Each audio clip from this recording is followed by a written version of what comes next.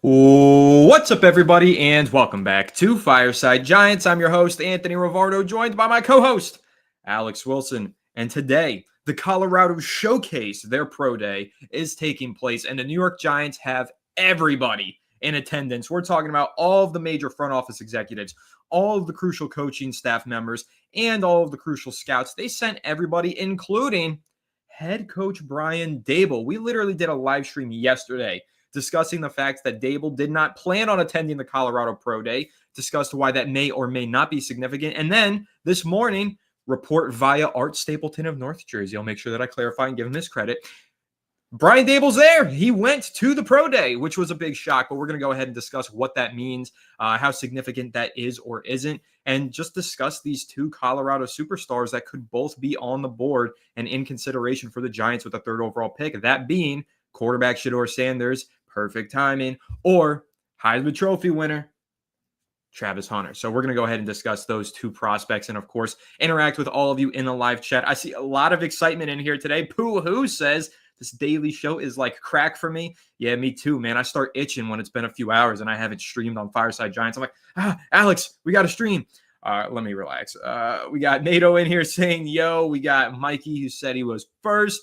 But we also got Crimson Lotus saying that he's first. So we got some rivalries and beef going on here. And of course, GV wondering, is Alex Wilson still eating meatballs in his mama's house? Nope. I'm eating it in yo mama's house. Oh, boom. Ping, pow. All right. That was a Goodfellas reference if anybody got that one. Oh, Alex, Anthony's in a silly mood. Anthony's in a silly ass mood today. We love silly Anthony, don't we? I'm doing pretty good though. Pretty good day. Nice weather. You know, a little cloudy, but 60s, 65 here in the afternoon. So I feel like a weatherman right now. But I'm excited to see kind of what you guys are thinking about today's Big Crew is in the title. Big Crew going to the Colorado Pro Day. Now, like everything I said yesterday, just forget I said it because the Giants said, haha, you suck, and sent everyone to the freaking pro day. Ridiculous. I was like, I don't care about the pro day. Brian Daboll's not going to be there. And what do you know? Brian Daboll goes and then everyone shows up. So yeah, I look like an idiot, but it's fine. I'm happy the Giants are doing their due diligence right now and trying to determine, you know, what the best kind of, I guess, practice is here. Do they go BPA? Do they take Shedeur Sanders? Now, also, guys, let us know. We're using a different service today. Let us know if the audio is better. Just trying to get a better read on that. If the audio is better today, if it is, we'll stick on this one. That way, you know, the product is as crispy clean as can possibly be. But, you know, the big contingent that the Giants sent to Colorado today to see Travis Hunter and LaJohntay Wester is really awesome. Of course, Shedeur Sanders. But, you know, looking at just the players they're going to be evaluating, Anthony, how do you feel about it? There's obvious interest in both these guys. We don't know which one is the right one. Looks like the audio is better already, which we're really happy to hear about. But Anthony, what is the kind of take that you're getting, the vibe, the aura that you're getting from this massive, the you know, developmental personnel and the scouts and the assistant GM, the GM, the head coach, the personnel, like everyone is there. You know, even Tim McDonald is there. Didn't know if he was a real person. He's real, and he's there. You know, what do you think right now about this situation unfolding where there's clear interest in a lot of different Colorado players in this draft class? Yeah, I like the word that you used, aura, because I'll tell you what, even outside of a football level, if there's one thing that those two Colorado stars have, Shedeur Sanders and Travis Hunter, they got the aura, man. I mean, Travis is awesome. I think that off the field, he's just such a character, and I mean that in the most positive way possible. The guy lives, breathes, eats, sleeps football, and that's what I love about Travis Hunter. Like, he is as good as he is on the football field because of the way that he is off the football field. The guy is all football all the time. And Shedeur Sanders, if you want to talk aura, you know, perfect timing, bust down the AP, all that crap. He's awesome. Like, he's got that aura, and that's one of his biggest selling points. I know that's why a lot of Giants fans want to see Shedeur Sanders in Giants blue, because he brings some drip and some swag to the New York Giants offense. Like, that is the truth of it. So I love both of those guys. I think they're both super fun to watch. And I think more than anything, these pro days are a great opportunity for teams to not only get to watch the players go through some drills, but get to know them on a more personal level. We know that we're going to see a video today, Alex, of Brian Daboll dapping up Shedeur Sanders. We're all going to get all giddy about it and be excited. We've seen them dap up before, but it's all about the crispiness of the dap. As you said, the crispiness of the dap determines who the Giants are going to draft in the first round. Those are Alex's words, not mine, so don't take them out of context. Blame it all on Alex. But no, seriously, I think that it is crucial to see how many scouts and coaches are attending this pro day, because this is like the pro day. They have so many stars there at Colorado. You mentioned, of course, Shedeur Sanders. You mentioned Travis Hunter. You also threw in there LeJohntay Wester. And those aren't the only guys. There are other prospects as well. So I think the Colorado Pro Day is the most exciting one. That's why it's happening so late in the process. It's kind of like the grand finale. And what it really comes down to, these are probably the two prospects that the Giants are going to be picking between at number 3 overall. If Travis Hunter is on the board and Shedeur Sanders is also on the board, I have a really good feeling that those are the two players that it's going to come down to. And Alex, I see you ready to jump in, but before you do, one last thing. I read today that Brian Dable, we know, very rarely attends pro days, but he did attend Oregon's in 2022 before the Giants took Kayvon Thibodeau.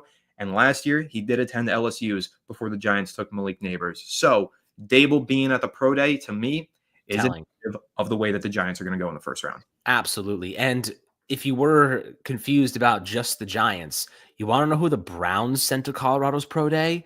Oh my God. They didn't just send they sent the freaking owner to the pro day. The owner, Jimmy Haslam, is at the pro day along with head coach Kevin Stefanski, GM Andrew Barry, assistant GMs Glenn Cook and Kat Hickman, EVP JW Johnson, OC Tommy Reese, QB's coach Bill Musk. The whole freaking Browns front office is at this pro day. So whether it be Travis Hunter, whether it be Shedeur Sanders, it's anyone's guess right now, right? The Giants are doing the same thing. They're trying to figure out, because there's really only 3 guys that could be drafted 3rd overall, Anthony, in my opinion. It's Sanders, it's Abdul Carter, and it's Travis Hunter. So yeah, if there's only 3 players that could really go there, you're going to be sending the whole contingency to see, though, and 2 of them are at the same pro day. So you want to see these guys in person. And by the way, the Browns took Hunter and Shedeur Sanders out to dinner last night. So there's another piece to the equation, another piece to the puzzle. So we'll see how things materialize over the next couple of weeks as we get closer to the draft. But we're also going to see private workouts for both these guys. They're going to be doing astronomical amount of due diligence when it comes to Hunter, when it comes to Shedeur Sanders. But we've talked about these 2 guys a lot, Anthony. We talked about them a lot, and we have similar opinions on some parts and differing opinions on others. I think the one thing that we do agree on, though, is that the Giants need to win football games in 2025 to prolong Joe Schoen and prolong Brian Dable's existence on this team, right? They need to show that this team is trending in a better direction. Now, the consensus would say, yeah, Travis Hunter is the better option to help you win games in 2025. But I want to ask you something. What is the kind of logic? Do you think that having a young quarterback on the roster protects Joe Schoen as well? Does it convince John Mara to say, even if the Giants are a middling team this season, which is probably where they are right now, when you're looking at just the Giants being a middling team, but they have a quarterback on the roster they've developed for a year, and then they want to take that step, want to assume the role of starter, does that convince John Mara to keep Joe Schoen and Brian Dable? Because you don't want to fire a head coach and a general manager just to hand over the reins to a new regime that it has to inherit a quarterback they didn't draft. You know what I mean? Like, from the perspective of Joe, does it give you an advantage to have that quarterback on the roster that you spent a 3rd overall pick on? Does that provide you a little bit of job security? It's an interesting thing to kind of question. Yes and no. I think it provides him job security as long as the team is winning games. Like, they have to win games. If they go 3-14, he's getting fired. No matter who he drafts, number 3 overall, the Giants, there's no way that him and Dable survive another 3-win season. But if they win 6 games and, maybe that's below where the Giants want to be, maybe they wanted to win 8 to 9 and they only win 6. Yeah, maybe Shedeur or whichever quarterback they draft early could help prolong his tenure. I do think it's possible, and it really just depends on how many wins the Giants get. I think that's what it comes down to, is winning football games. It doesn't really matter as much who they draft. I know that we talk about how some of the players that they draft could contribute more to wins, and yeah, that's true. Maybe if they draft Travis Hunter, he contributes directly to certain wins, and those wins end up helping them keep jobs. But hey, if they've got Shedeur Sanders developing behind the scenes, they like what they see. He gets a couple starts at the end of the year and looks good. Maybe, similar to Joe Milton playing in week 18, has a really good performance. If we see something like that out of Shedeur Sanders and they draft him, yeah, maybe that does prolong Joe Shane's ability to manage this team. But again, I really think it just comes down to wins. If they lose too many games this year, it doesn't matter who they drafted. All bets are off, and I think they get fired. So I think John Mara made it clear his patience is running thin. He needs to see some results this season. And just having a quarterback on the roster doesn't yield results. Yes, it might give you a brighter outlook for the future, but if the quarterback is that talented, somebody else can step in and foster that bright future, right? So I think that would be the idea that John Mara has in the back of his head. So if it doesn't result in wins this season, it does not matter. There's no way that just Shedeur Sanders or a quarterback that they draft is going to save jobs without there being some wins in the win column. So that's really my take on it. And if they're trying to win this year, I mean, here's the thing, Alex, and we always discuss how the draft is not for this season. It's for the seasons to come, right? And so that's really the argument that people make. Well, you're not drafting to win games in 2025. You want to win in 25, 26, 27. So you want to take the quarterback. But let's keep in mind here, you draft a superstar wide receiver / cornerback / both. That also helps you in 25, 26, 27. Like Travis Hunter is a very rare talent. He's going to be an impact player for years to come. So yes, obviously that would be a more win now focused move in the eyes of some, but I also think that's a move that helps you win now and later. As a quarterback, as opposed to a quarterback, would be just a win later move. And I think this team needs a blend of winning now and winning later, which is why I think they're going to lean towards the best player available, likely being a Travis Hunter at number 3. Yeah, and I agree with that sentiment as well. And, just getting a look at both these guys, I don't really think, and Zach, really appreciate that because love to have you in the community. That's probably why we're doing these live streams the most, because we know a lot of people just listen, but we want to talk to you guys and answer your questions too live. We could do mailbags and stuff like that, but it's so much more fun to just answer you guys in real time, kind of take us on different paths and avenues in the conversation. But I don't think it's really, the pro days to me aren't about what they're physically capable of doing. They can watch the games. They've been to the games. They've been to the practices. They've seen all these things.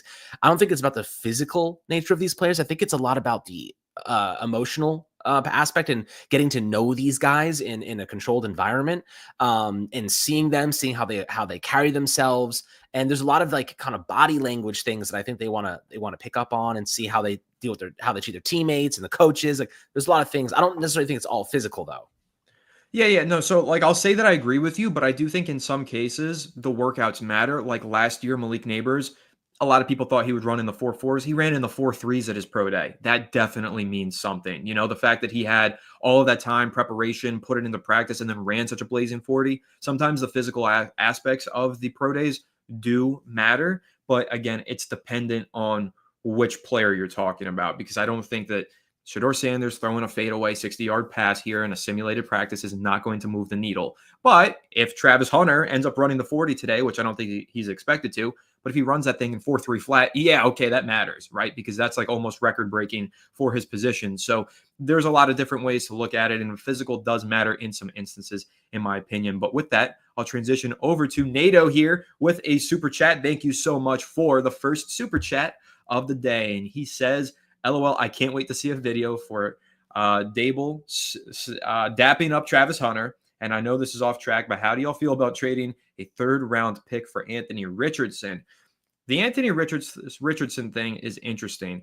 I think it's too soon to potentially trade for Anthony Richardson. I feel like the Colts are pretty adamant that they want to give him this final opportunity to prove himself as the starter. But I would say if later on this year, let's say week 8, Daniel Jones is starting for that team, yeah, then I do think Anthony Richardson is on the trade block. And assuming by that point, if the Giants did not draft a quarterback in this year's draft and they're a middling team looking for a spark, then I could assume that they would be interested in Richardson if he lands on the trade block. But right now, I would say it's too soon. But absolutely, if we see Dable dap up Travis Hunter and it's all crispy, I think we know what the pick is going to be. Absolutely. He's dapped up a couple of guys already. I don't know. I saw this video of some scout or whoever it was dapping up Jackson Dart.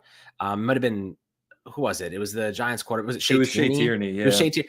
Everyone on the Giants coaching staff gives the absolute best daps. It's unbelievable. Like crispy, like echoes through the freaking stadium type daps. But appreciate the super chat, my friend. Anthony Richardson's an interesting one.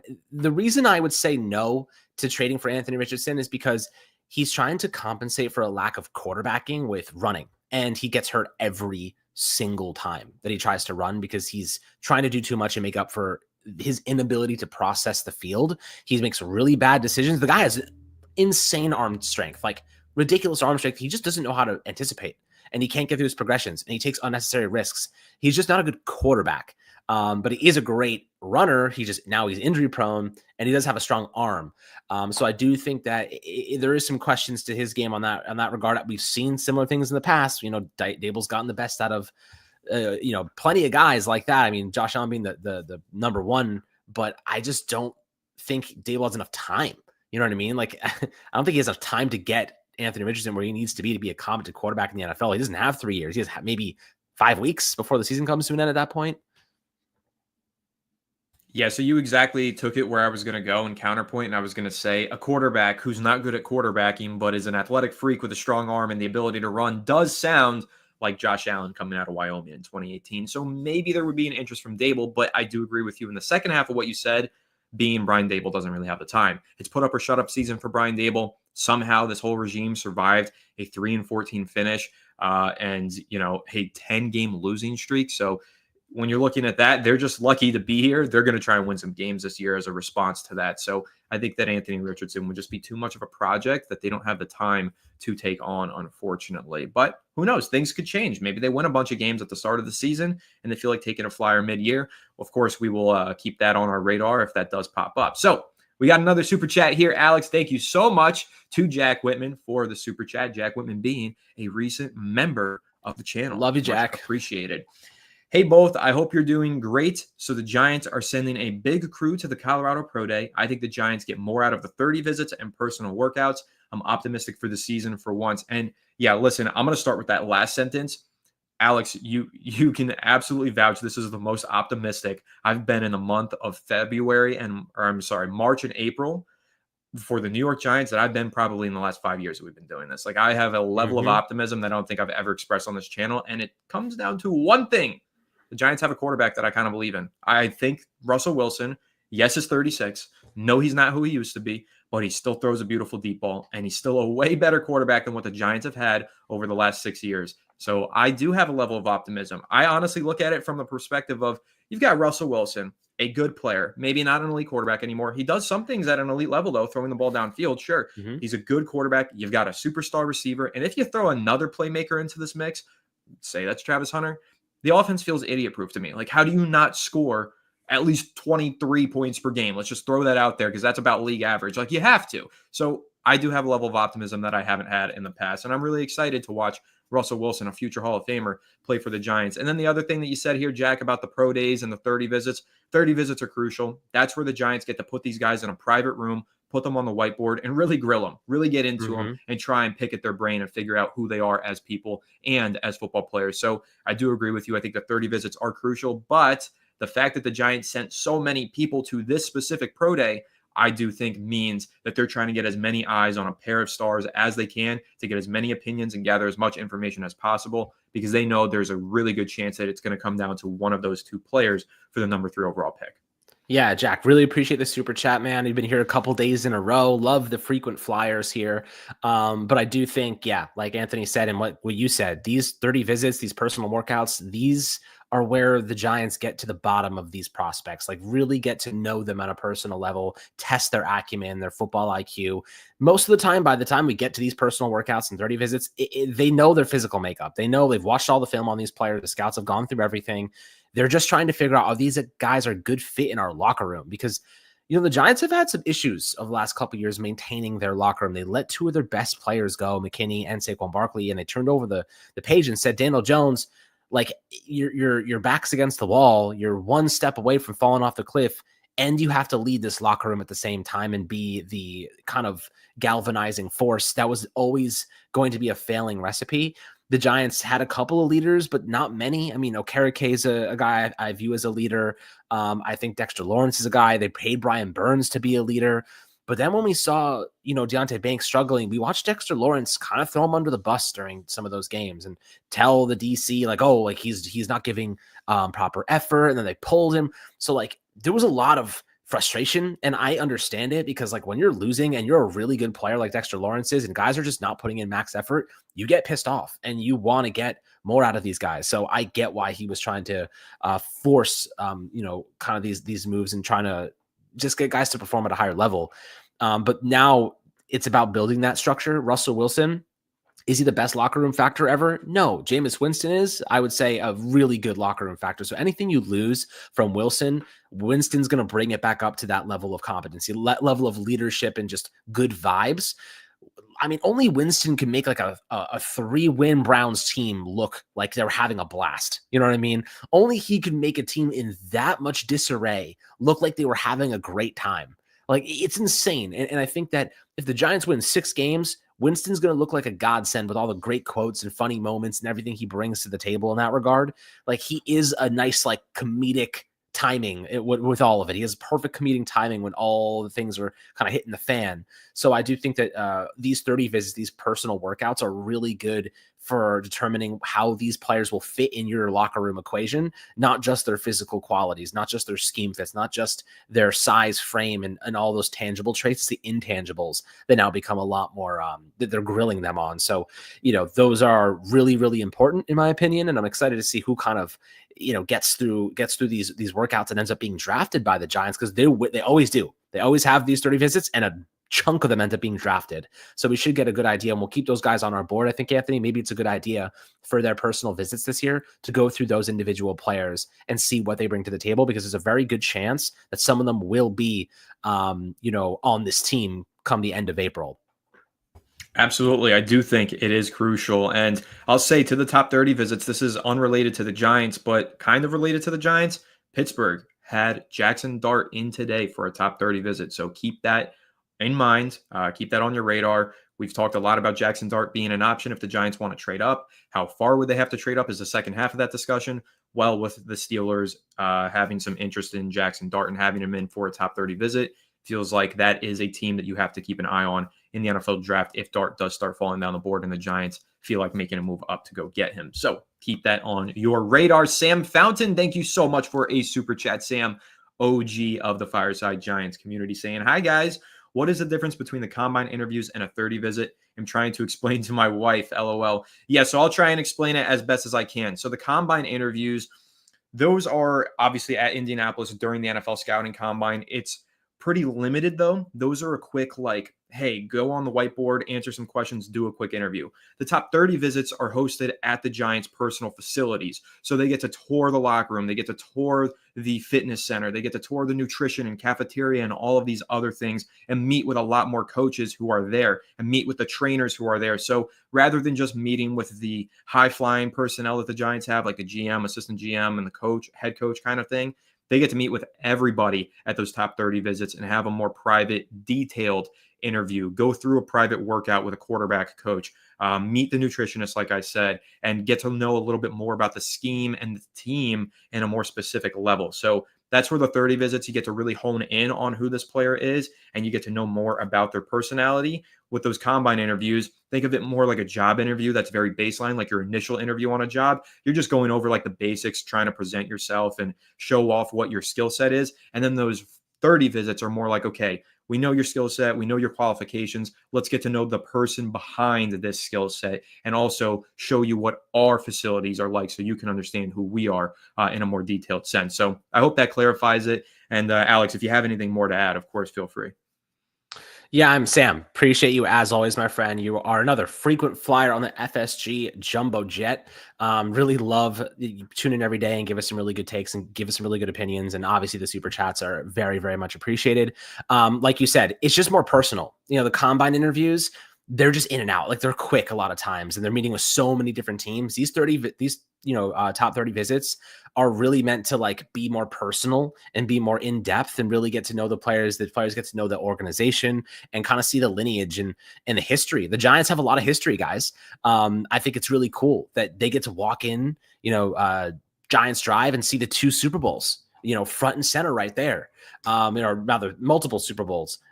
just the trophies themselves. And I think that that's really cool to kind of see that success front and center and what the expectation is. The Giants have kind of gotten away from that in recent seasons, man. The truth is like we haven't represented the team that we all know and love all those years ago. The grit, the identity, the quality, the clutch moments. I mean, we're talking about a team that twice was not the best team in the league. You know, oftentimes we're considered a middling team, a wild card team that fought back and shocked the world. You know, that's what the Giants are. They don't go down. I watched a Derek Jeter interview yesterday, and Derek Jeter, obviously one of the best of all time, one of the best infielders of all time, Yankee legend. But what he said was really interesting to me. I think the Giants should take it to heart. And really what it said was, Anthony, I know I wasn't the most, he said, I'm not the most talented. I never was, even when I was playing. I was never the most talented player, but I worked harder than every single player. And I know that for a fact. You know, I went out there every single day and I worked the hardest I possibly could.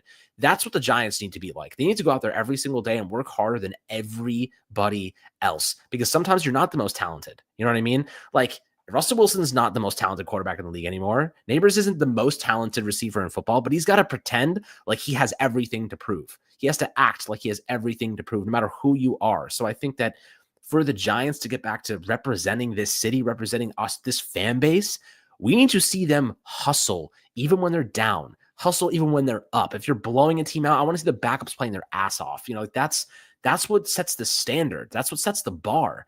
You know, not giving up. If you can play that hard in moments that don't matter, when it does matter, you're going to show up. You know, that's kind of what I think the Giants need to get back to doing, is setting that example. So, you know, just looking at, you know, full circle back to the 30 visits and the comment interviews, finding players that are always going to be working their asses off, finding players that are going to step in day one and work harder than everybody else. That is what the Giants need. Not guys who are going to take a day off. Not Kadarius Tonys anymore. We don't need guys that don't give a crap about the game. I need guys that are obsessed with football, that all they want to do is be great. That's what the Giants need to be drafting. And last year, they got a crop of players like that. All those guys want a ball. All those guys want to be great. And I think that mentality, especially Drew Phillips, by the way, and Tyrone Tracy, those two guys specifically, nobody expected them to be as good as they were. And those guys worked their asses off to get to the point where we were like, these guys are high-level starters for us now and have bright futures with the Giants. So that mentality aspect is critical for the development of a young team. And the Giants, by the way, have one of the youngest teams in football.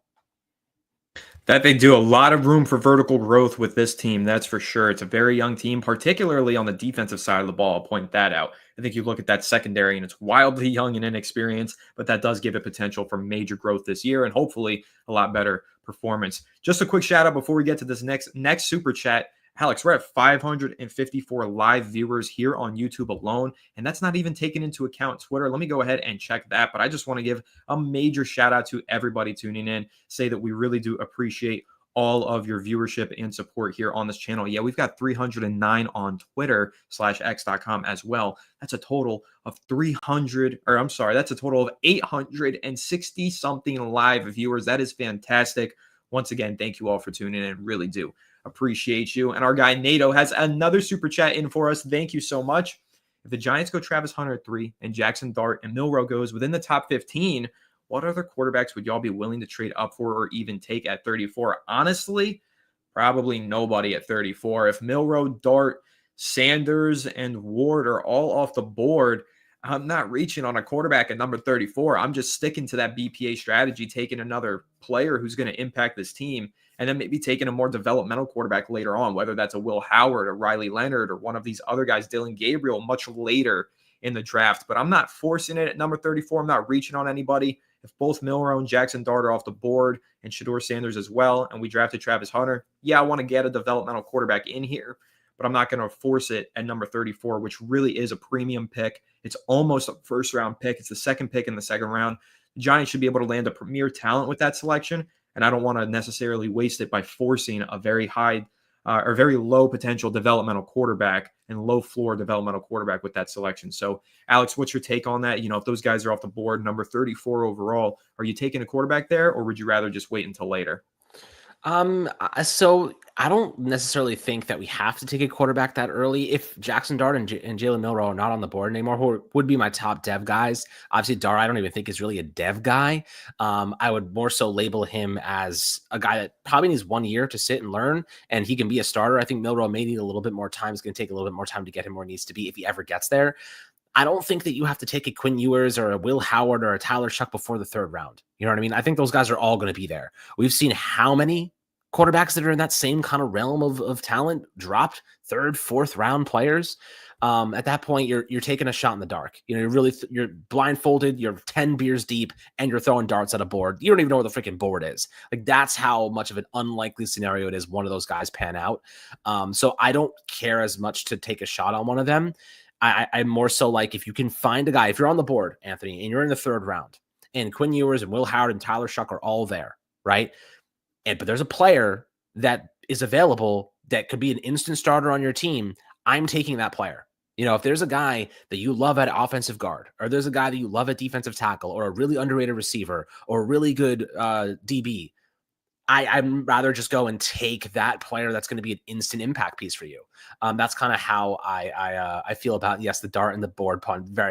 I actually didn't think about that until right now, so thank you for that, Marvin the Martian.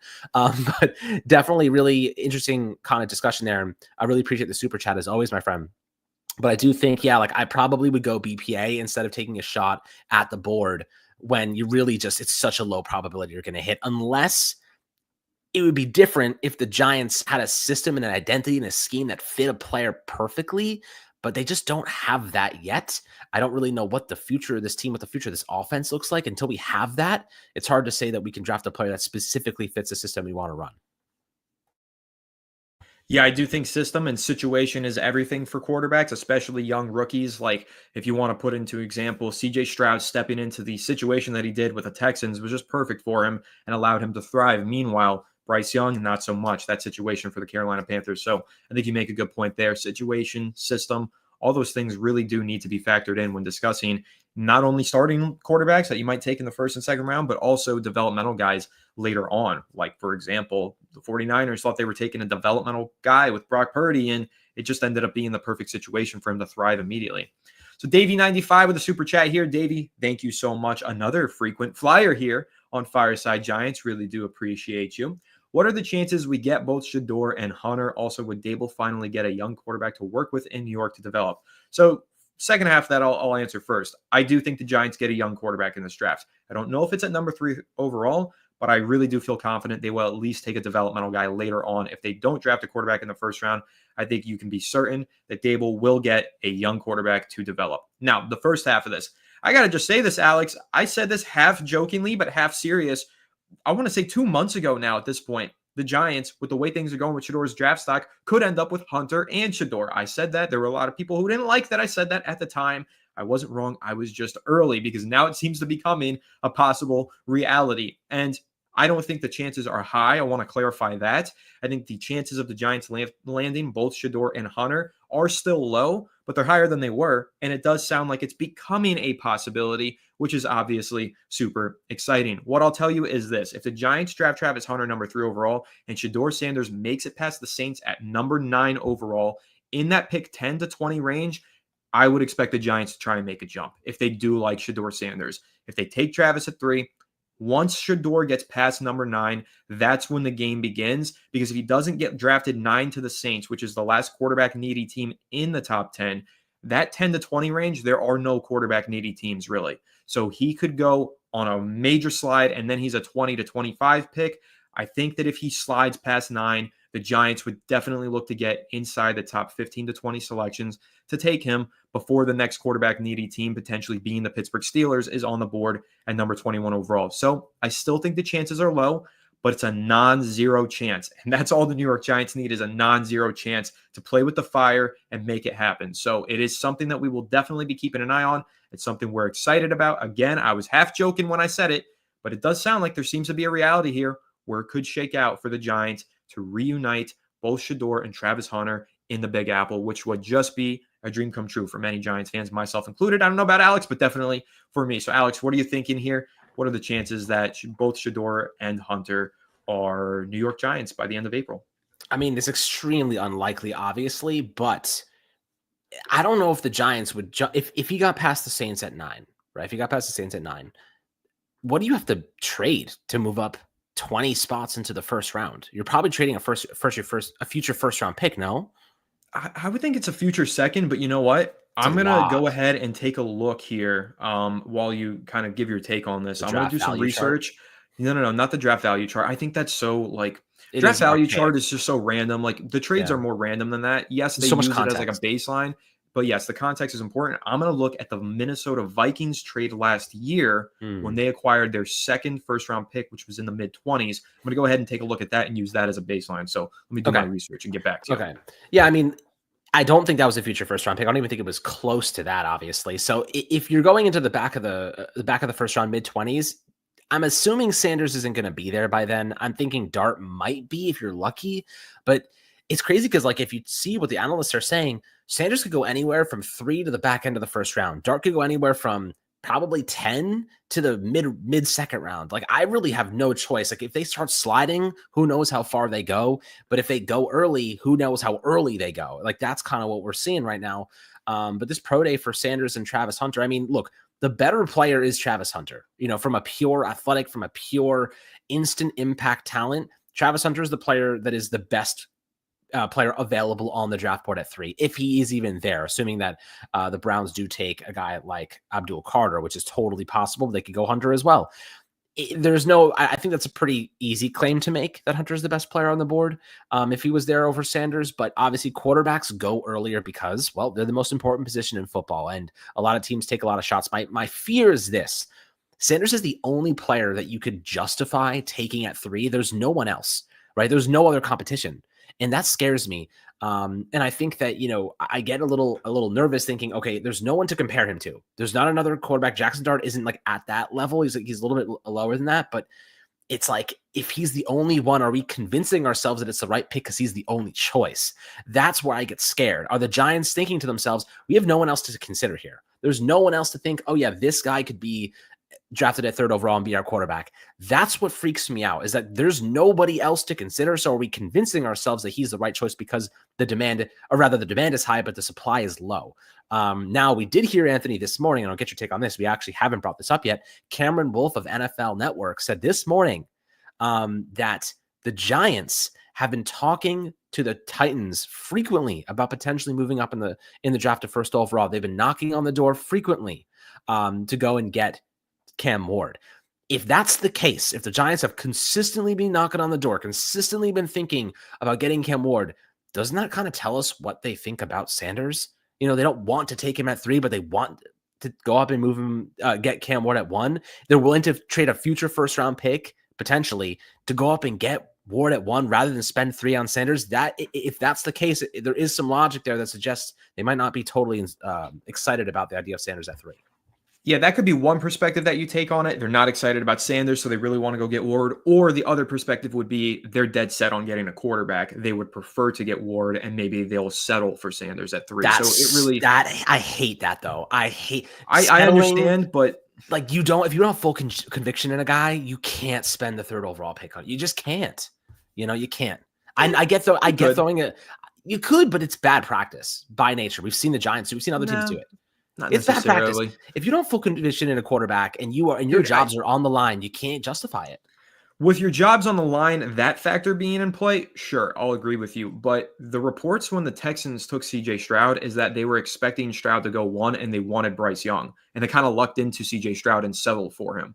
Ended up working for him. They got the better guy. So I will say I understand what you're saying, but my point, different. yes, and I understand that. But my point is, there have been instances where teams have settled on a quarterback and it ended up working out better for them than if they got their greatest wish of trading all these picks away, King's ransom, for getting the other prospect. So, and that's why I've said in the past, you might not need 100% full conviction in this player, but if you feel like there's a chance of hitting on him and he is going to be maybe a superstar because it's the quarterback position, it's probably worth throwing a dart at the board, taking the flyer on him anyway. So it's the one position, in my opinion, Alex, that you don't need 100% conviction in. If you've got somewhat conviction in and you need a quarterback, you can reach on the quarterback position. It's the only position where I think that rule applies personally. Now, obviously, some people see that differently. You do, and that's totally fine. We're going to have different perspectives here. That's what makes this show so great. But I think for the quarterback position, I think it's an outdated way of thinking that you need to have 100% conviction on the quarterback. The only reason I think Giants fans feel so strongly that that is the truth is because we watched what happened with Daniel Jones and how the Giants strung him along for 6 years. But that was the true nature of the problem, was an inability to move on promptly. If you have somewhat conviction in Shedeur and you take him, and after 2 years, your conviction is proven completely false and he stinks, you move on after 2 years. You don't give him the full 3-4 year rookie contract to prove it. You got to move on in a prompt manner, like the Steelers did with Kenny Pickett. I think that's always the best example. They're still a playoff team because they drafted Kenny Pickett in the first round, but they didn't try and force him to work. They realized, all right, you know what? He's not it. Let's go ahead and just bring in some other guys and go back to the playoffs. So that's really what's crucial for the Giants. If they do take a quarterback that's a reach, just make sure you don't die for that quarterback that you reached for. Acknowledge the fact that you didn't have full conviction and move on promptly. So again, I think it's different perspectives that you can take, but I want to bring up my research that I had here, Alex. Here's the question that we had is what would it cost the Giants to trade up from about 34 to get all the way into the top 20? Well, the Minnesota Vikings made a similar trade last year, Alex. Here were the details. In the deal, the Vikings acquired pick number 23 overall in the first round and the number 232 selection, which was a 7th round pick from the Texans. In exchange, the Texans got number 42 overall, which is a 2nd round pick, and number 188 overall, which is a 6th round pick, and a 2nd round pick in 2025. So considering we're talking about going 34 into the 20s, and it's actually just very similar price range and everything. 34 means the Giants are picking a little bit higher than where the Vikings were at 42, so it's not nearly as large as a jump. Those 8 selections do make a major difference, but considering the competition, I think instead of that extra 6th round pick, it's probably a 5th round pick, but the future 2nd round pick is still packaged in that deal. And honestly, Alex, let me give my take. If it's pick number 34, a 5th round pick, and a future 2nd, I'm making that deal all day to pair up Travis Hunter with Shedeur Sanders. Absolutely. I think that's valid. I'd also even argue because of how strong last year's draft class was and like every 1st round pick panned out, like one of the craziest prospect pools we've ever seen. This year is nothing like that, like not even remotely close. It might even cost a little bit less. So I wonder if that would be the case just based on the prospects alone and kind of what teams are like would rather gather draft capital for next year for that reason, especially good teams. I do think that it's possible, but yeah, that would be interesting to me. If Sanders was sliding like a rock down to the 20s, yeah, at that point you're like, okay, let's go make this move. However, and I think this is a balanced take. If the Giants, you mentioned before, if they are dead set, we are taking a quarterback at 3, like or we're either trading up at 1 to get Ward. If it's too expensive, we're taking Sanders at 3. My personal opinion, I would rather trade back and get more draft capital and draft Jackson Dart than take Sanders at 3, because I'd rather get more draft capital and Dart, who's a year younger, than take Sanders at 3. I just simply, this has been my take. If you guys have been listening to FSG for this long, if you're new to the channel, I don't think Sanders is worth taking at 3, and I haven't this entire time. Now, I don't know if he's going to be good. If he's great, I'll look like an absolute fool, and I'll eat those words, and I'll absolutely sit here and tell you I was absolutely wrong. But I don't think the Giants have an identity on offense, and I don't think he fits our scheme because we don't even know what our system is. Brian Daboll doesn't even know if he's calling plays yet this season, dude. We don't even know who the hell's calling plays. Like, how it's are we going to supposed be to Daboll, man. Come on. It should be. It should be. I agree with you. It should be Daboll. But I actually don't think that Daboll wants to run a West Coast dink and dunk style offense. I don't think that's ever been his game. I don't think he wants to. I think he wants to. What is that evidenced by? Because for the last several years with the Giants, that's what he's ran. And because I know you're going to bring up the Bills. I know you're going to bring up the Bills, and Josh Allen loves to throw the ball downfield. No, it's not even about that. Daboll calls the deep shots. They just don't get thrown by Daniel Jones and whoever else. The playbook has been the exact same as what he was running in Buffalo. It is the same play style and scheme fit, and it's always been West Coast. Again, though, if Sanders doesn't play in 2025, who's to say Daboll is even here in 2026 to freaking call plays for him? You know what I mean? Like it's a redundant point because we don't even know if they're going to survive this year. So like I just don't see why. It's a redundant point. Bring it up. Yeah, fair enough. Fair enough. But like, I just don't see how it makes any sense for them to take Sanders if he's not going to play, and they don't even know if they're going to be, coaching him next season. And so how does it make sense to take Dart? My point was, if they're dead set, like you said before, if they were dead set on taking a quarterback, I would rather collect more draft capital and trade back for Dart, who's younger, and add more value, because I think Dart has a higher ceiling. than Sanders long term. That's just my personal opinion. You guys are more than welcome to disagree. That's totally cool. And the whole point of and Anthony disagrees with me about this one all the time. But what I love about this podcast is that we don't have to agree on everything. We can actually have differing opinions, and we argue about them, which is fun. But also, you guys in the chat have disagreeing opinions with me and Anthony as well, which is all cool because we want the same thing. We want the Giants to be great, even if we have different ways to get there. So like, I respect your opinions, even if you disagree with me, I disagree with you. End of the day, we have the same exact goal at the end of the day. But, end of the day, let's get back to the super chats. I know we have a couple more to get through. Yeah, I was going to say, we spent a lot of time on this from Davey95. Davey, you asked a great question, sparked a whole bunch of conversation here. Yes, there were many opportunities where I could have jumped in and started screaming at Alex. I'm being a little bit more reserved right now, trying not to get my blood pressure high, but maybe later on, if he keeps going on with this Shedeur Sanders hate train, we'll get into a little bit of It's not even hate. I just don't think he's worth it at 3. I'm just jabbing at you for fun. I'm just trying to poke your buttons. But anyway, before we get to this next super chat from John, but I am going to pull it up, I'm going to go ahead and shout this out, Alex. We have 689 live viewers here on YouTube. Combine that with our gracious 377 live viewers on Twitter/X. We have over 1,000 people in this chat. Round of applause for the Fireside Giants community and the Giants fans in general who are tuning in. If this is your first time, welcome in. If this is your 5th time, your 100th time viewing Fireside Giants, whatever, we appreciate the viewership from all of you. The same. Thank you so much for tuning in to this live stream. This has been a lot of fun. We've been doing a lot more live streams lately.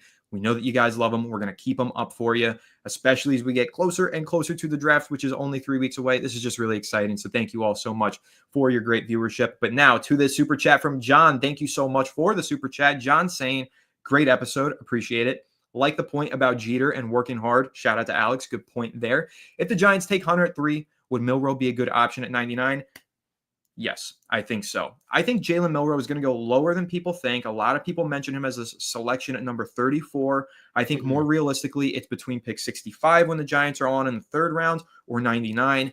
There are a lot of concerns with him. He's a complete project.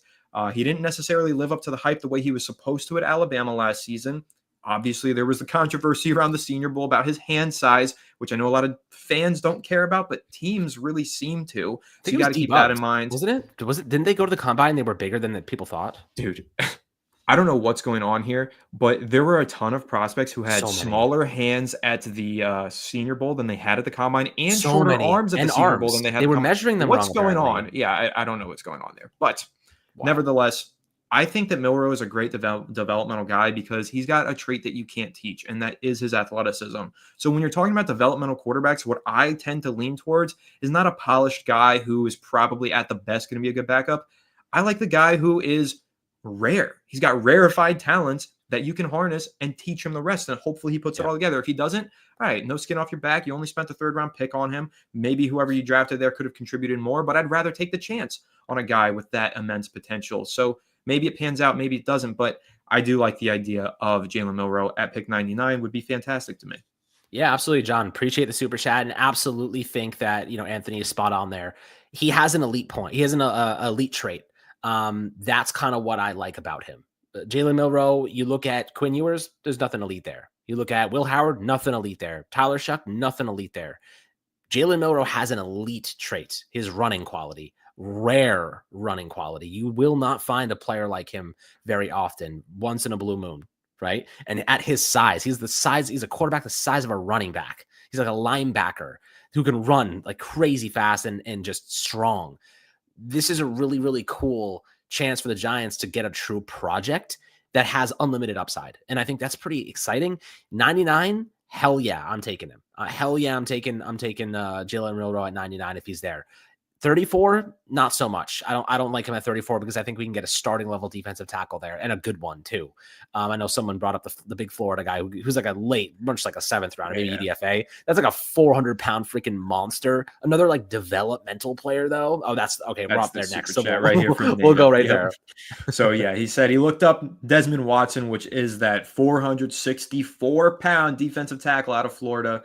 NATO says that guy is huge and he can go running back if need be. Plus, him beside Dex would be next level. Meet. Yeah, Alex, let's get a little fun with this one. Desmond Watson as the fullback on the goal line dive. How do you stop that guy? You don't. That's a touchdown, right? You see that guy running, man? You see that guy running? Holy shit. I've never seen a guy that big run that fast. I mean, if you're Dexter Lawrence, you're looking over and like, that guy's bigger than me. Like, just unbelievable. The Giants cafeteria is going to be absolutely, I mean, I have to stock extra food, man. That guy's going to eat them out of the freaking jobs. Like, they're going to have to increase the budget substantially.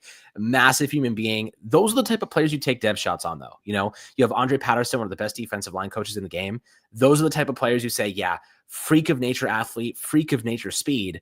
See what they can do, develop them. I mean, we love Elijah Chapman, a guy that got at SMU last year. He's a really solid young player. He's undersized, though. Let's get the big version of Elijah Chapman, the freaking monster. So, yeah, you can never stash enough good defense. You never know which one's going to pan out, right? Because especially having a guy like Dexter Lawrence to help them and kind of usher them and show them the ways, you just never know who's going to end up becoming a decent player in the NFL. So, yeah, that guy's a big, big dude. Appreciate the super chat as always, my friend. Yeah, absolutely appreciate it. And listen, Desmond Watson, like you said, these are the guys, you throw out there for specific packages and see if they make an impact. And if not, it's only a 7th round pick probably. So who really cares? I do have concerns about his weight. Like, I don't know how long he can play in the NFL at that weight, how long he can really continue to be living his life at that weight. I'm not sure. So Desmond Watson, I don't know, but he is the anti-tush push. So let's keep an eye on that. And we've got a lot of super chats coming in. So I know you guys appreciate that we spend so much time on your super chats, but we are going to have to get through them a little bit quicker now since you're all being so gracious and sending so many. Davey95, appreciate you with another super chat today. Thank you. Also, if Cleveland takes Hunter, would the move be Shador? For me, I think so. For Alex, I don't think so. I think I would Alex take is Carter, say man. Abdul Carter. I'm going to take Carter because, like I said, identity. You run it back. Like the Giants, their identity has always been their pass rush. It's always been that elite ability to get after the quarterback. Burns, Dexter Lawrence, and Abdul Carter is special. And then you can get Kayvon. You can do the NASCAR stuff. You can get vintage Giants out there. Like, you can have fun with it. If Shane Bowen's capable of having fun, that's kind of where we'll see if he can actually scheme up stuff to actually maximize talent like that. But yeah, man, Abdul Carter, I know he's dealing with some stuff, shoulder, foot injuries and whatnot, but he should be, I think consensus is that he's going to be ready to go for training camp. He could be all pro. Like, it's like passing on a potential Micah Parsons again. Like, I really don't want to do that. I really don't want to risk missing on another like player of that caliber.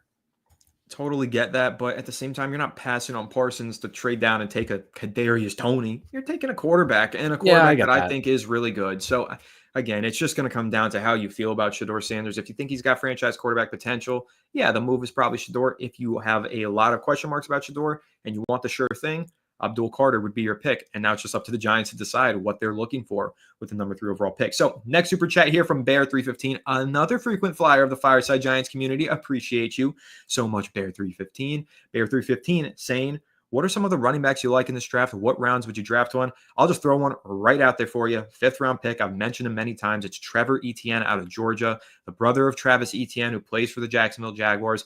Dude, if you watch Trevor Etienne from the all 22 angles, which I do have access to, the guy pops, man. Like, he's a one-cut back. He makes a move, and boom, he just picked up 20 yards in the flash of an eye. He ran a spectacular 40-yard dash. He had a great shuttle time. He tore it up at the NFL Scouting Combine. And for me personally, Alex, I like running backs who are rare athletes. I think those are the guys who really do wind up panning out. So I like the running backs in this draft class. There's a ton of them. But if I got to pick one, I do really like Trevor Etienne as a value selection on day 3 of the draft. Tyrone Tracy Jr., spectacular player. I think he's going to be great. But I would love to have 2 great running backs in this offense. And for me, if I've got to pick one, it is Trevor Etienne. Alex, I don't know if you have one specific running back that you do like in this class, but I do know that you are a proponent of taking a running back in a deep running back draft class. I want Cam Scatabo, dude. I want Cam Scatabo. And the reason I want Cam Scatabo is this dude's a freaking football player. Like, he just is a football player. He grinds and he takes hits and he doesn't go down and he sets the tone. You know what I mean? I talked about before, guys that work hard, guys that play tough, guys that don't give up, guys that play through the whistle. Cam Scatabo plays through the freaking whistle. And I really like players like that. Like, he's going to get absolutely battered and the next play he's going to lower his helmet and absolutely run over somebody. Like, that energizes a team. You know what I mean? That puts guys on blast. That, that's teach tapes. That's stuff that like defensive coordinators the next week, if you're the opposition, they're looking at it like you just got run over by this rookie running back. You know what I mean? Like that's the type of stuff that sets the tone for your quarterback. It sets the tone for your receivers. It sets the tone for your offensive line.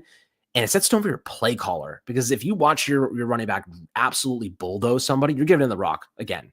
I mean, how many times have the Eagles, we watched them, and I know I don't love to talk about the Eagles, but more so like just their physical nature and how they grind teams into the ground. I'll use the Lions as an example. David Montgomery grinds teams into the ground, which opens up their explosive playmaking with Jameson Williams, with Amon-Ra St. Brown, with Jahmyr Gibbs.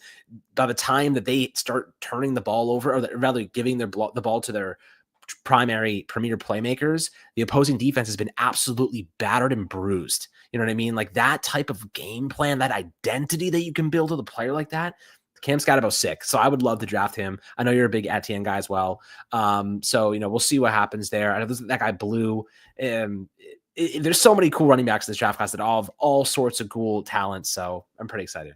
And no matter what, we just can't get you to say ETN correctly. ETN. I said it yesterday. ETN. Sorry, I'm sorry. This is like a running joke for us now. And you know what? Speaking of running jokes, I haven't heard any Lord of the Rings references from you today, Alex. You're slacking. You better get on one before we wrap up this live stream. I will. Jack Whitman's in here with another super chat. Appreciate you, Jack, saying Hunter taken by Cleveland. Giants take Carter. Dallas and Micah don't sort a contract. Your thoughts on trading for Micah in free agency 2026, having him and Carter? Listen, would be spectacular to team those two guys up. The Penn State absolute superstar pass rushers.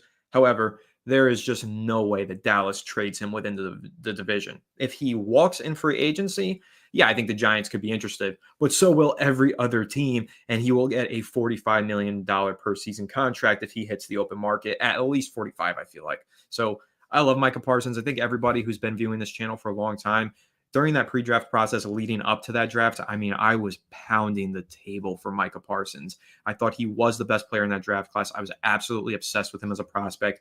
I said if the Giants pass on him with the number 11 overall pick, it would be a major mistake, and they need to take him if he's on the board. I didn't even think he would be on the board. He was on the board, and they traded down anyway. And yes, I was excited to trade down and get that future first-round pick, but unfortunately, it ended up not being the right selection, or decision, rather. Micah Parsons would have been a great pick, but I get it. Like, we all really liked Parsons going into that draft, but I think that ship has sailed. Unfortunately, since he went to a division rival, the odds of him landing here with Big Blue are slim to none. So I think, honestly, if you're just going to take Carter, that's your next best option. But I wouldn't expect Carter and Parsons to team up anytime soon. Yeah, I mean, looking at Hunter taken by Cleveland, Giants take Carter, Dallas and Micah don't sort out a contract. Your thoughts on trading for Micah? Yeah, there's just no chance the Dallas will ever trade us a player that good. I actually brought this up in a couple episodes ago, and I was like, what happens if Micah Parsons leaves? I think what they'll end up doing is tagging him. They will tag Micah Parsons and then trade him, and somebody will give tag him, and trade at the worst. Yeah, right? At the very worst, they'll tag and trade him. It's in their best interest. They're not letting that man leave without draft compensation. There's no chance. He is too good. But they don't really have the money, so we'll see how things go with that contract. That's going to be one we're looking at. The Cowboys are, it's actually kind of funny, Anthony. We talk about this sometimes. The Cowboys draft so well that they literally can't pay all their players. So they end up having to letting everybody go, or letting some of their best talent go, and then they're really good at drafting stars, but their mid to late round draft picks are really, really suspect. They're not very good. Yeah. It's the first 2 picks are usually amazing, and then they fall off at times, and then their free agent signings are kind of suspect too. So like they're just a middling team, and also they were propped up by some of their like older players for a long time. Now they're running out of those older like studs, Zach Martins of the world, the Tyron Smiths of the world. Like those guys are gone now. Like they lost future Hall of Famers like the past couple of years. So it's been a brutal sequence for them. Yes, but I will say they do hit on a lot of mid-round draft picks. I mean, who's that Lately, cornerback so that set a record with pick sixes? No, that's just not true. That cornerback that they stole in the middle rounds of the draft is, I mean, I think they drafted him like the Bland? 4th, 6th round. Bland? Yeah, I think it is Bland, right? The guy who got all the pick sixes last year, plus they got that one right tackle who they drafted in the mid rounds. Like they still do hit on these picks. The problem is they do. Yeah, well, not him. That's not who I was thinking. Steele? Steele. Yeah, it was Steele. Yeah. He's had some good seasons, but he started for them. And he was a mid round pick. The other point that I was going to make on Dallas, and this is kind of off the point, so we're going to get through this one quickly. it's not only the fact that they draft too well and end up with these major cap hits for these players because they're drafting so many stars. It's the fact that they wait until the last goddamn minute to sign them, which is Yeah. great for us as Giants fans. Why did CD Lamb get the contract when he did? He should have signed that deal a year prior. You know what would have happened? It would have been $5 to $7 million per season cheaper. Same thing with Micah Parsons. Why are they having these negotiations now? If they had him last year, it would have been a $35 million contract. Now the floor is 40. That's just the stupidity of the Dallas Cowboys, and that's what we as Giants fans really do appreciate about old senile Jerry Jones. Let's move on from the Cowboys and talk more Giants here from Mello with a super chat. Mello appreciates you, and he's taking aim right at you, Alex. Alex just doesn't like Sanders. That's all. LOL. What's your response? I don't think he's taking shots at me. I think he's just stating a simple fact. And it's not that I don't like Sanders. I just don't like him at 3. I think that context gets mixed up in a lot of it. I would love him at 15. I'd even be like 10. I could justify it, but 3 is too high for a player I don't think has the ceiling to be worth 3. You know what I mean? I don't see how being drafted at 3. If you're drafted 3rd overall, you are expected to be a guy that has all pro potential. That is what being drafted at 3 means. I don't see anyone that thinks that, or very few people that think that Sanders has all pro potential. He has a good floor, but I don't see that type of ceiling from him personally. So that's just my opinion. Obviously, you're more than welcome to disagree, Anthony. I know you do, but I don't see it. If you're drafting someone at 3, you have to really feel that type of conviction about a player. I don't see it. I just think, all right, the word potential is a loose term, but I'm going to say this. The guy has a NCAA career record in completion percentage. That doesn't happen by accident. That has to indicate some sort of high ceiling and potential to me. He's got elite accuracy, and elite accuracy could take you really far at the NFL level. We've heard of guys with suspect arm strength who've gone on with elite accuracy and become all pros. So I'm not going to discount it for the possibility of Sanders being an all pro. I understand your reservations with him. Plenty of reasons to have some concerns, but there's potential in my opinion. So moving on here, Michael Russ with a YouTube member here, becoming a YouTube member. Michael, thank you so much for joining the membership community here for the New York Giants, and your continued support really does mean the world to us. Another one in here as well, Alex, a super chat from Sam Fountain. Sam, appreciate you so much, saying, what are Sanders' number when you take Hunter off Colorado? Did Sanders make Hunter or vice versa? What are Sanders? I know Alex thinks that Hunter made Sanders in many ways, but I mean, think they're both just they've been playing together for a very long time. Let's clarify that. Like, they started together at Jackson State. They've been playing together for 4 years now. I think 3 for Hunter, but I mean, they just got that chemistry. I think they built that together. Mm-hmm. I don't think you can really give too much credit to one or another. The thing that I'll say, like, people will bring up, let's take this as an example, Alex. There was a 4th and 10 or whatever, where Sanders basically threw up a prayer to Travis Hunter in double coverage, and he came down with it. And everybody's like, oh, that doesn't work at the NFL level. You know, Hunter just saved him on that play. And then I take the perspective, man, he knew where his star was, and he gave him a chance, and he threw a good ball and let him go make the play. So he knows how to play with his superstar. So it's all about perspective. It's really what it comes down to. I don't know if one necessarily made the other. I think obviously it helps to have a superstar receiver like Hunter to throw to, but also we've seen quarterbacks really fail to maximize superstar receivers. I don't think that Daniel Jones could do with Travis Hunter what Shedeur Sanders did with Travis Hunter. So use that as an example. Throughout his career, Jones really struggled to get the most out of his top receivers and playmakers. So I think there is something to be said about a quarterback that knows how to give his receiver a chance and let him make some plays. So I think that they both kind of made each other in many ways. For sure. I mean, listen, what Hunter did last year with 1,500 yards and 15 touchdowns is unprecedented. And I think 600 of those yards were after the catch. If you look at his route tree, it's just green, like every single route. Just absolutely dominance across the board. So I'm pretty excited to see how these two guys fare in the NFL. But I'll tell you one thing: Travis Hunter in the screen game, Travis Hunter downfield. Russell Wilson is going to be able to maximize that man for sure, him and Neighbors. So, pretty exciting to see those two guys. But I'll give you a Gimli quote, Anthony, to kind of as we're winding down the live stream here, and it's reflective on reaching on a quarterback. Okay, this is the context behind it. Memory is not what the heart desires. That is only a mirror. So the memory of drafting Daniel Jones and reaching for Daniel Jones, it's not what the heart desires this time around. It's just a mirror of what we've seen, of what we're looking at. We don't want to run back that mistake of taking a quarterback. And I know there was other quarterbacks on the board, but there's nobody else. It's Sanders or nobody at 3. I don't want to be pigeonholed into taking a guy because he's the only option. That's why I am a big Hunter believer at this point. So at this point, I guess we have a couple more super chats kind of funneling here, a couple more buzzer beaters, as we would call them. We have a lot to get through, so we're going to try our best to get through.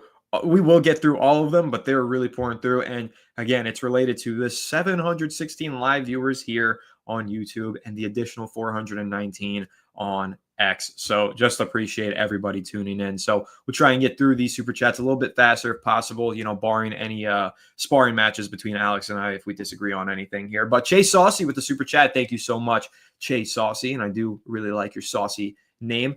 Chase Saucy says, my guys, why McCord so slept on, 6'4", big arm, accurate, underrated athlete, probably the best quarterback at the Senior Bowl, can argue carried because in 1 year more than Donovan McNabb. Listen, Kyle McCord is one of those prospects that we've been talking for a while, Alex. We want to do some sort of a film breakdown on the channel, watch some all 22 on him. We'll get that done between now and the draft because we do need to study up on McCord a little bit more as the Giants continue to weigh their developmental options later in this draft. I don't have any reservations against him. I think you're right. He's got the build to be a starting quarterback at the NFL level. Sometimes the build isn't everything, but it is something that a lot of NFL teams do value, being 6'4" and having that strong arm. That is the prototypical size and arm strength for the quarterback. So I definitely see the potential with him, and he's a guy that I'm intrigued by.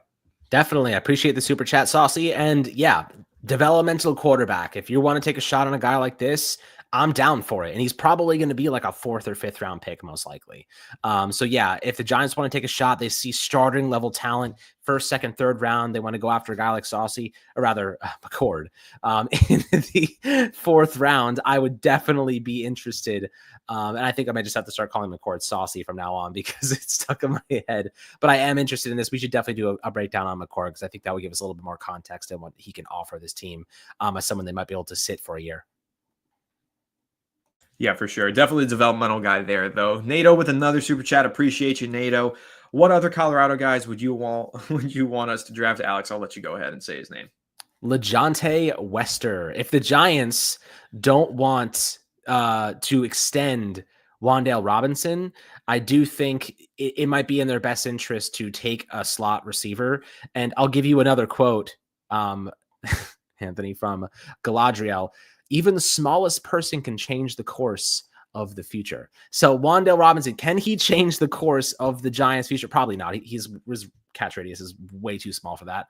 But I do think it's not a bad idea to take a slot-specific receiver to stash. If Wan'Dale gets hurt, you have someone to back him up. But at the same time, if you don't want to pay Wan'Dale next year, maybe you have someone waiting in the wings ready to step in. So a guy like Wester is something I really like. Jimmy Horn, he's got some good speed there. There's some really good, solid receivers in that Colorado core. Really, really good players. So I do think that they're all going to be drafted most likely, and the Giants may end up with one of those guys. There's other guys there that they're going to be scouting. So I definitely think it's interesting to look at some of the other pieces to the puzzle. Absolutely. Like Shiloh Sanders, who ran a 4.5 40-yard dash, which was actually, I saw people making a deal of it. That's probably about where he was expected. I don't think that was really a bad number, but yeah, I don't think Shiloh's necessarily high on the Giants draft board though. But LeJohntay Wester would also be my answer to this. Alex did a good job breaking him down, especially with his Lord of the Rings quote. So that's actually one of my favorite quotes in the series as well. Michael Russ with a super chat. Appreciate you, Michael. Also a new member of the channel. So shout out to you. Saying Hunter and Carter are there at 3. Trade with the Pats. Do you think they'll bite? And what would they give up? So basically trading down the 1 spot, then picking 4 and taking essentially the player that you would have taken at 3. I think that's always tricky to do because I don't know if those teams do end up biting. But realistically, if that trade were to be made, it would probably be for some mid-round pick like a 4th. And here's the part of this that I don't think a lot of Giants analysis or content creators are going to give you. That inflates the Giants' cap hits on their rookie draft class, and I don't know if they can afford to inflate this number any further. Again, so if they get a little bit more critically about the Giants' salary cap situation and looking ahead, that salary cap of effective cap space of negative $4.5 million, that's a little bit tough. So if you add any more draft picks to this class, you're going to have a tough time, really getting everybody under the salary cap. So I don't know if they would trade down and accumulate any more draft capital in a situation like that. I think at that point, you'd save the financial rewards of just taking the player at 3. Yeah, absolutely. I mean, if the Giants are like 1A, 1B with Carter and Hunter, and you're sitting there and the Pats are right behind us, and you're like, we don't care which one we get. We like them both the same. Yeah, maybe you do try to do that. So it's something that I would consider. It really depends on what the Patriots are willing to move up, willing to give to move up to get one of those blue chip prospects, because the drop off after that is quite significant, in my opinion. Maybe Mason Graham, you could argue, is close to that same realm. But if another team's like, I want to go up and get that guy, I want to skip over the Patriots, and you just kind of force the Patriots to give you something decent, even if you got like an extra third out of it, that's a huge addition. If you have those two guys ranked 1A, 1B, like there's no difference on your draft board. You like them both the same. So I am curious to see if that would be something the Giants would consider, but obviously they both have to be on the board to begin with. So we'll see how the draft falls into our lap, and if that's even possible. That means Shedeur would be going 2 in this instance, which I don't think is likely, but you never know. Anything's possible at this point. But Mike, really appreciate the super chat, and obviously being a new member, love you, buddy. And we're coming out with some really cool custom Fireside Giants stickers, all different players on them. Obviously we'll update them with draft guys once the draft comes around. So if you're a new member, if you want to sign up to the membership, we'll be sending those out to you guys. So we'll connect with you over social media or via YouTube. So we can get you guys some cool FSG gear. Yeah, all the members are going to be getting those stickers as soon as we have them made, and really excited for that as well. And again, Michael, thank you for the super chat and for joining as a member. So we got one last super chat here from Jaws. A running back I like is Ollie Gordon. Didn't have the best 2024, but 2023 put up some crazy numbers. Reminds me of Chuba Hubbard, a big running back, by the way. Jaws, really do appreciate the super chat. Hey, I know that Alex likes those big running backs. We actually brought that up recently when we were discussing, could it be redundant to take a guy who's more of a one-cut back here since you have Tyrone Tracy? Should you go for a fire and ice situation and maybe bring in a guy who is a little bit more powerful in the backfield, which is, again, why I think Alex was really hyping up Cam Scatterbo earlier, because he is a much different skill set than what Tracy provides. So, Alex, I don't know how much you've watched Ollie Gordon. I'll admit I haven't watched him a ton, but I know that just generally speaking, I think you like the idea of getting one of those big bruising running backs. Am I right? I am right. You're all right about that. I do want a big bruising running back. And if he's anything like Chuba Hubbard, I really like Hubbard. He really came into his own last year. He's a grinder. He does not go down on first contact. Pretty shifty too. Giants lucked into a player like that to pair with Tracy. I'd be pretty happy. I actually like Tracy a lot. I'm like he has a lot of similar qualities to Hubbard too. So I do think getting a bruiser that would really they can have that combo, that dynamic would be sick. Imagine like Cam Scatterbo, Tyrone Tracy, Neighbors, and Hunter on offense. Like, you're going to be a good offense as long as your quarterbacks are healthy and your offensive line isn't Swiss cheese. So, that's kind of where I'm leaning right now, is like, you could have a good offense next year, and you just invested heavily in your defense too. So the Giants could piece things together.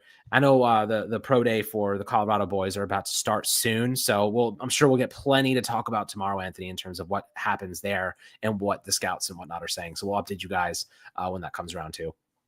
Yeah, absolutely. We went a little over time. We were going to do an hour. We're here over an hour and 10 minutes, and we're going to unfortunately have to go ahead and wrap this thing up, but we'll be back tomorrow. You guys know it. We'll have something on the channel tomorrow, so stay tuned to that. It's been a lot of fun doing these live streams. We really appreciate everybody who tuned in today. Extra special thank you to everybody who sent in super chats, and extra special thank you to everybody who joined as a member. Really growing this Fireside Giants community. So happy to have you all tuning in every single day. Love and appreciate you all, and thank you so much for tuning into this live stream. Alex, I'll give you a chance here to say any last second thoughts before we wrap this thing up. Absolutely appreciate you guys. I know we have 700 people right now watching, and hopefully this community continues to build. If you're new to the channel, make sure to subscribe below. That way you can get the notifications when we're live streaming. You can be here live with us and ask us questions and interact. Really, really, really cool for us to start doing this more frequently. I think pretty much most of our episodes are going to be live streams moving forward. There's so much good conversation that spins off of this, and I do think it's a really good way to just connect and obviously enjoy, hopefully, what's a much more positive future for the Giants. If we can, kind of build this into a much brighter situation in 2025, it'll be a really, really fun for the Giants and us to be involved in that way. So appreciate you guys for tuning in every single day over the last couple of days, and hopefully continuing moving forward, seeing a lot of familiar faces in the chat. Like I said, make sure to subscribe below, and we're really excited for tomorrow. Obviously, a lot more stuff is going to come out in the next couple of weeks. So, keep up to date, keep in tune with us, and we'll be here every day. Absolutely. Alex stole my thunder on the whole like and subscribe situation, so I won't waste your time and say that. You heard the man, so of course we do appreciate you all tuning in, and of course we've got a lot to discuss, as Alex said, in the coming weeks leading up to the draft, and tomorrow we'll probably do some sort of a recap if anything new comes out with the Giants draft plans regarding this Colorado Pro Day today, but had a great time previewing that Pro Day and discussing all of the other topics that you guys handed us in these live chats. Again, I know you guys really enjoy the live streams because it allows you to pretty much dictate what we talk about on this channel, which is what we like. We want to make sure that we're making content that you all want to see. So that's why these live streams are so awesome. But again, thank you so much for tuning in. Make sure that you like and subscribe and everything else that Alex said. And we will catch you on the next one. Have a good one. And let's go Giants.